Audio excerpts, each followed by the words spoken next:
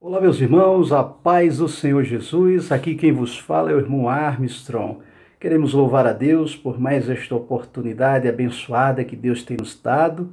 Queremos louvar a Deus também pela vida de cada um de vocês. Queremos também aproveitar a ocasião e vos fazer um convite muito especial. Queremos convidá-los, meus amados, para juntos evangelizarmos. E qual é o instrumento que a gente propõe de evangelização neste momento? É justamente pedir a vocês que se inscrevam no canal do YouTube. Ao se inscreverem no canal do YouTube, buscando lá Armstrong dos Santos Leal, vocês se depararão com várias mensagens. E novas mensagens serão recebidas por vocês depois de se inscreverem e ativar o sininho, para que essas mensagens possam chegar a outras pessoas. Pessoas que, ao se depararem com estes vídeos, certamente serão tocadas pelo Espírito Santo de Deus. Porque esta mensagem não é nossa. Essa mensagem é da parte de Deus. É inspiração de Deus aos nossos corações. E só consegue vencer pessoas revestidas pelo Espírito Santo do Senhor.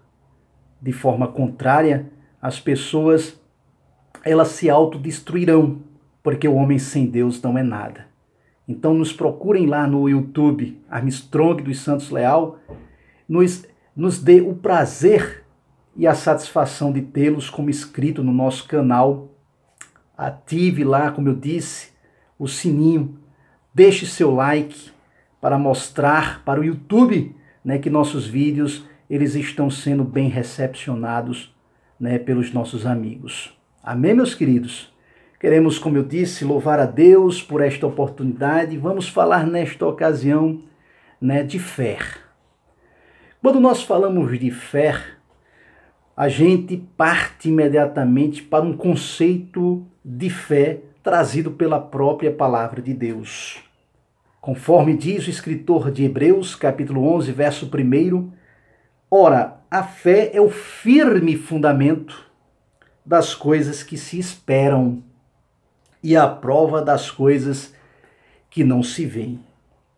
Eu ainda amplio de forma exemplificativa o que vem ser o contrário de fé. Numa dessas historinhas, dessas ilustrações que costumamos nos deparar, uma delas define bem e corrobora bem com o conceito de fé trazido aqui pelo escritor de Hebreus. Certa feita, um alpinista sobe uma dessas montanhas geladas. No decorrer de sua escalada, ele se depara com uma situação extremamente difícil. Ele fica preso e sem condições de progredir na sua subida, na sua escalada desta montanha. E ele faz de N formas e maneiras de sair daquela situação. Uma situação extremamente improvável de sobrevivência, pois ele estava num ambiente extremamente frio, num lugar de difícil acesso, de difícil salvamento, mas uma voz ecoa em seu ouvido, mandando que o mesmo cortasse aquela sustentação no qual o prendia naquele lugar, naquele momento, e ele de forma desobediente, de forma temerosa, recusa ouvir aquela voz e se mantém preso e agarrado naquela montanha de gelo. Resultado, ele, por hipotermia, acaba falecendo. No outro dia, com o início dos resgates, o corpo é achado a poucos metros do chão. Exatamente, a poucos metros de um lugar mais com condições dele sobreviver.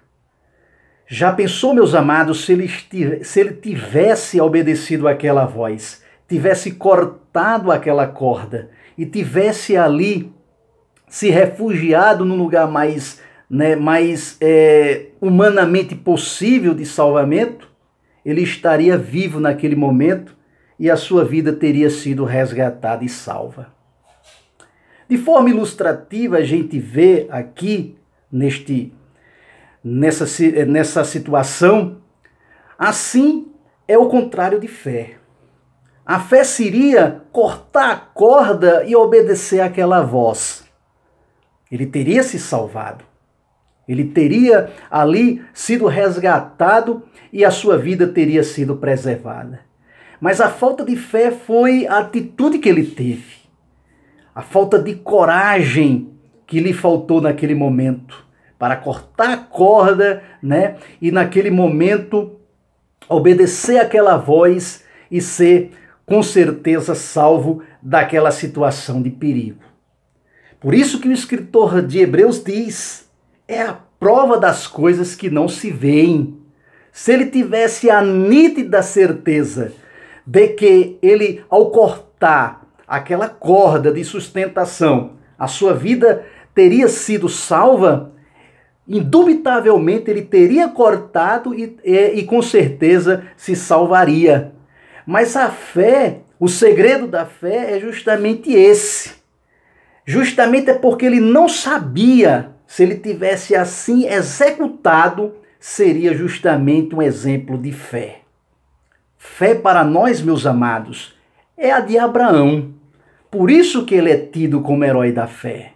Imagina você morar com seus pais numa parentela extremamente próspera, porque Ur dos Caldeus era um lugar próspero, os povos sumerianos, exatamente os povos que ocupavam aquela região sul da Mesopotâmia, era um povo extremamente próspero comercialmente, tinha uma agricultura de irrigação pujante, né? E Abraão estava num contexto de zona de conforto. Mas um dia, Deus chega para ele, e Abraão não tinha influência familiar de crença no Deus de Israel, num Deus vivo, num Deus único e poderoso. Não, Abraão tinha, né, uma cultura de adorar deuses, de praticar a idolatria. Mas mesmo assim, a Bíblia diz, lá no capítulo 11 de Hebreus, verso 8, que Abraão obedeceu à voz de Deus, atentou para a promessa de Deus. E 3 coisas ele fez. Primeiro, ele deixa a sua terra, ou seja, a região sul da Mesopotâmia, Ur dos Caldeus. Segundo, ele deixa a sua parentela, todos os seus parentes, tios, sobrinhos, irmãos, os pais. Terceiro, ele deixa a casa de seus pais. Aí é algo complicado, porque na casa de papai e de mamãe, a gente sempre tem conforto, proteção, segurança, referência, confiança, né? E naquele momento ele estava sendo desafiado para deixar a casa dos pais também. Abraão, sem tosquenejar, sem duvidar, reúne tudo que tem, chama a sua esposa Sarai, colhe seus bens, seu gado, seus servos e vai para uma terra desconhecida. Um endereço desconhecido. E isso é fé, porque Abraão sabia para onde ia. Capítulo 11, verso 8 de Hebreus, diz exatamente que Abraão obedeceu e foi sem saber para onde ia. Quando chegou na terra prometida, depois de andar léguas de distância, a terra já era ocupada por outras pessoas. Cá para nós, Deus nos faz uma promessa para ir para uma terra que já estava sendo ocupada por outras pessoas. Como pode isso? Eu acho que aí, fazendo uma conjecturando, veio 1000 pensamentos na cabeça de Abraão. Abraão foi para um lugar desconhecido e, detalhe, um lugar que não se comparava com a terra de seus pais. porque além de estar sendo ocupada por povos, né, desconhecidos, né, era ainda uma terra que não era lá essas coisas. Mas mesmo assim, Abraão dá prosseguimento à sua história e trajetória de fé. Ao chegar lá, Abraão, exatamente na região montanhosa de Siquém, no lugar exatamente no carvalho de Morer, edifica um altar e louva o nome do Senhor. E isso tem uma representatividade muito grande para nós. Mesmo ali, confrontando a sua fé diante das adversidades que estavam à sua frente, ele ergue um altar e louva o nome do Senhor. Será que diante das adversidades nós somos capazes, né, de agradecer a Deus o fato de simplesmente estarmos vivos e mesmo assim prosseguirmos com a fé sem negá-la? Isso é fé, meus amados. Foi feito assim por Abraão e deve ser feito assim também por nós. Abraão, ao erguer ali o altar, estava dizendo a todos que mesmo diante das dificuldades, ele ali estava, né, diante do altar de Deus, submisso a Deus, a sua palavra e as suas promessas. E Abraão prossegue a sua trajetória de fé. Diz que Abraão, ele também sobe para uma região de montanha por nome Betel, que significa casa de Deus, e ali também ergue um altar e louva e engrandece o nome do Senhor. Então passa-se a ser uma tônica na vida de Abraão. Mesmo diante da peregrinação, ele ergue um altar diante de Deus e louva o seu santo nome. Mas estava algo de ruim para acontecer na vida de Abraão. Essa terra, além das dificuldades, né, que cercavam e permeavam Abraão naquela ocasião, veio uma grande fome, em razão de um clima extremamente desfavorável e desértico, ali em Negueb, região de pouquíssimo índice de pluviosidade, de chuva. Chovia pouco naquela região. O gado ia morrer. Abraão estava ali desesperado. E o desespero, muitas vezes, nos faz tomar atitudes impensadas, nos faz tomar atitudes, né, que não refletem a vontade de Deus. Abraão desce ao Egito. E descer ao Egito significa voltar para trás. Significa também desobedecer à rota traçada pelo Senhor para as nossas vidas. Mas mesmo diante de nossos deslizes, Deus nos protege, Deus nos livra de todo mal. Aconteceu assim com Abraão. Ao descer ao Egito, ele combina com a sua esposa, pois a Sarai era belíssima, era uma mulher muito formosa, e por causa de sua formosura poderia despertar a cobiça dos egípcios, e os egípcios poderiam dar cabo da vida de Abraão caso ele a identificasse como a sua esposa. E ele a induz a mentir, dizendo ser a sua irmã, para que a sua vida fosse poupada. Abraão não pensou em Sarai, Abraão pensou em si. Olha aí a natureza humana. Olha aí, mostrando para todos nós que Abraão não era um super-homem, que Abraão era propenso também a praticar falhas, e no caminhar da nossa vida, na trajetória de nossa vida, nós também somos passivos a cometermos falhas também. Foi quando Abraão, mesmo diante, né, do mal que cometeu, do pecado que cometeu, vem uma chuva de pragas sobre o Egito, e mesmo estando Sarai nas mãos de Faraó, Faraó a libera, chama Abraão, o dispensa, né, com as suas vidas preservadas e com os bens que havia adquirido ali no Egito.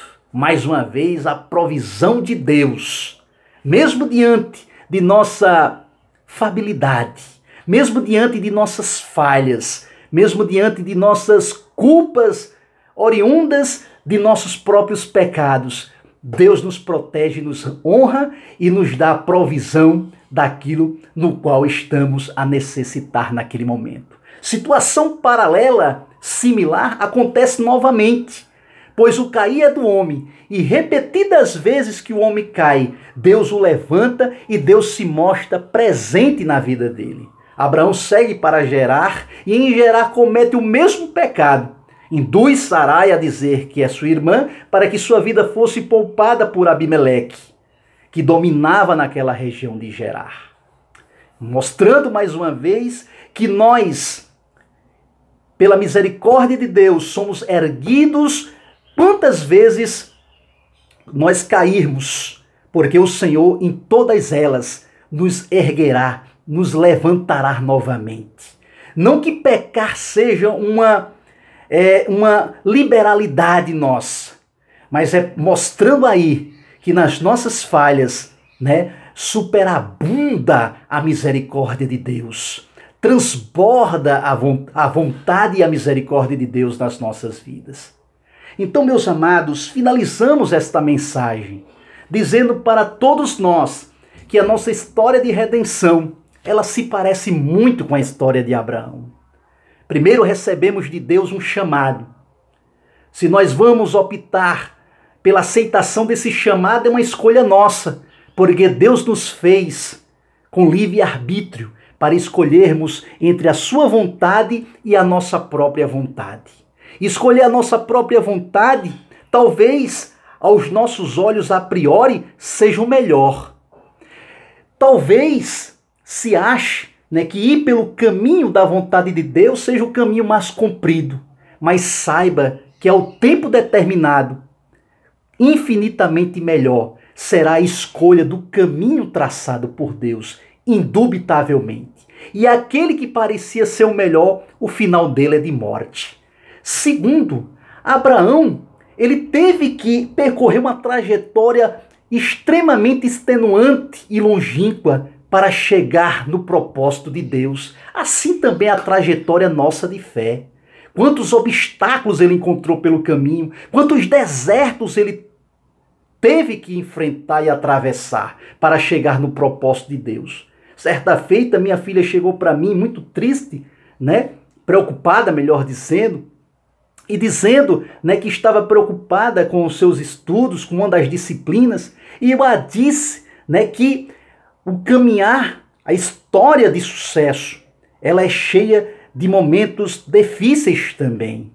Que a gente não só deve visualizar o topo para que não sobrevenha a ansiedade, mas que a gente vá paulatinamente, passo a passo, prosseguindo na condução daquele fardo, como se subisse um caminho íngreme e montanhoso, mas que com certeza, de acordo com a perseverança, chegaríamos no topo e certamente alcançaríamos a vitória tão desejada. Assim também a nossa carreira de fé.